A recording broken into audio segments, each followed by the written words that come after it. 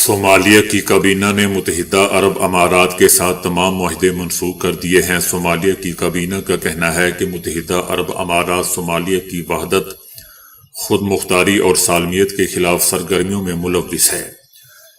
کابینہ کی جانب سے یہ بھی کہا گیا کہ متحدہ عرب امارات کی مداخلت اور سرگرمیاں آزاد اور خود مختار ملک کے لیے خطرہ اور دیگر ممالک کی خود مختاری کے احترام کے اصولوں کے خلاف ورزی ہے۔ متحدہ عرب امارات کی مداخلت اور سرگرمیوں کے حوالے سے صومالیہ کے پاس ٹھوس ثبوت ہیں۔ صومالیہ کی کابینہ نے متحدہ عرب امارات کے ساتھ سیکیورٹی اور دفاعی تعاون کے تمام معاہدوں کو منسوخ کرنے کے ساتھ ساتھ صومالیہ کی 3 بندرگاہوں کے معاہدے بھی منسوخ کر دیے ہیں۔ امریکی جنگی طیاروں نے قطر کے العدید ایئر بیس پر اپنی سرگرمیاں بڑھا دی ہیں۔ العدید بیس سے KC-135 اور B-52 بمبار سمیت کئی امریکی جنگی طیارے پرواز کر گئے۔ یاد رہے کہ قطر میں واقع العدید ایئر بیس ایران کی سرحد سے 200 سے 300 کلومیٹر کے فاصلے پر ہیں۔ وائٹ ہاؤس کا کہنا ہے کہ صدر ٹرمپ ہمیشہ یہ واضح کر چکے ہیں کہ سفارتکاری پہلا آپشن ہے، لیکن اگر ضروری ہوا تو وہ ایران کے خلاف امریکہ کی فوجی طاقت کو بھی استعمال کرنے سے ہچکچائیں گے نہیں۔ میرے خیال سے ایران اگر آج اسرائیل کے اندر اپنی پیدل فوج کو بھیج دے تو اسرائیل کا حال ویسا ہی ہوگا جیسا طالبان نے افغان حکومت کا کیا تھا۔ افغانستان کی تمام افواج ارد گرد کے ملکوں میں بھاگ گئی تھی۔ یہ لوگ صرف طیاروں میں بیٹھ کر بمباری کر سکتے ہیں، ان میں اتنی ہمت ہی نہیں ہے کہ یہ فیس ٹو فیس لڑ سکیں۔ امریکہ نے 8,000 طلبہ سمیت 1 لاکھ سے زائد افراد کے ویزے منسوخ کر دیے ہیں۔ صدر ٹرمپ کے دور صدارت کے پہلے سال 1 لاکھ سے زائد ویزے منسوخ کیے گئے۔ ان ویزوں میں کاروبار اور سیاحت کے لیے آنے والے وہ افراد شامل تھے جو مدت مکمل ہونے کے باوجود امریکہ میں مقیم تھے۔ جن افراد کے ویزا منسوخ ہوئے ہیں ان میں 8,000 طلبہ اور روزگار کے لیے آنے والے 2,500 افراد بھی شامل ہیں، اور ان میں بیشتر افراد وہ ہیں جن کے خلاف مجرمانہ ریکارڈ یا قانونی خلاف ورزیوں کے شواہد موجود ہیں۔ تشدد، چوری، بچوں سے بدسلوکی، منشیات کی تقسیم اور مالی بدعنوانی کی بنیاد پر بھی ویزے منسوخ کیے گئے ہیں۔ محکمہ خارجہ نے کہا ہے کہ امریکہ کو محفوظ رکھنے کے لیے ملک بدری اور ویزا منسوخی کی کارروائیاں جاری رکھی جائیں گی۔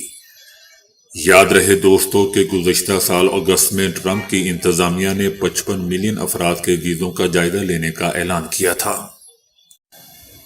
ایران نے کہا ہے کہ اگر امریکہ پہلے کی طرح دوبارہ ملٹری آپشن کی کوشش کرتا ہے تو ہم تیار ہیں، دھمکیوں اور ڈکٹیشن کے بغیر مذاکرات کے لیے تیار ہیں، لیکن ہم نہیں سمجھتے کہ امریکہ منصفانہ مذاکرات کے لیے تیار ہے۔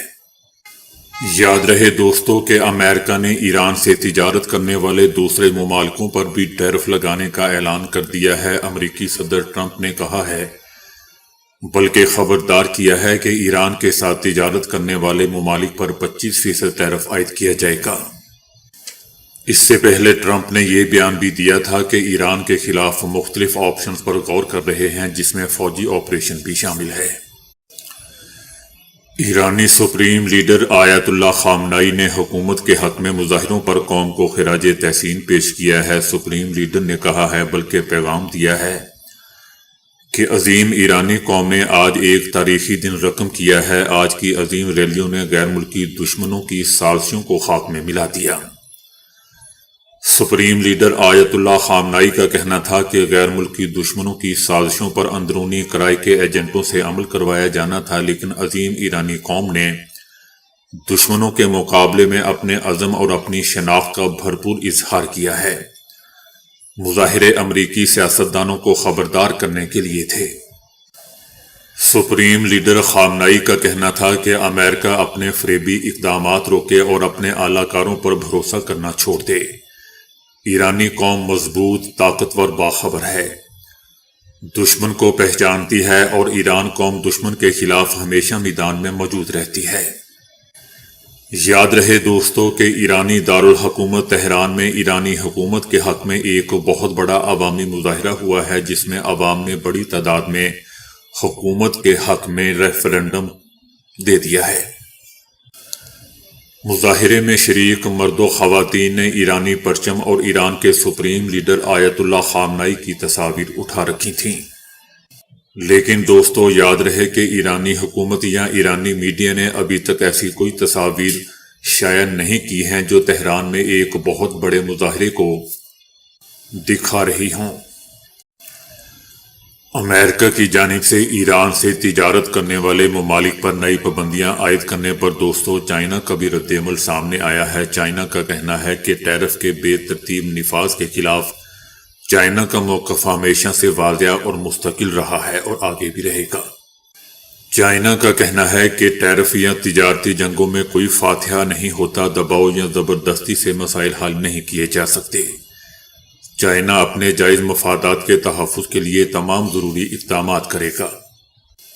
چائنا کا مزید کہنا ہے کہ چائنا کسی بھی غیر قانونی یک طرفہ پابندیوں اور دائرہ اختیار کے ناجائز استعمال کی سخت مخالفت کرتا ہے۔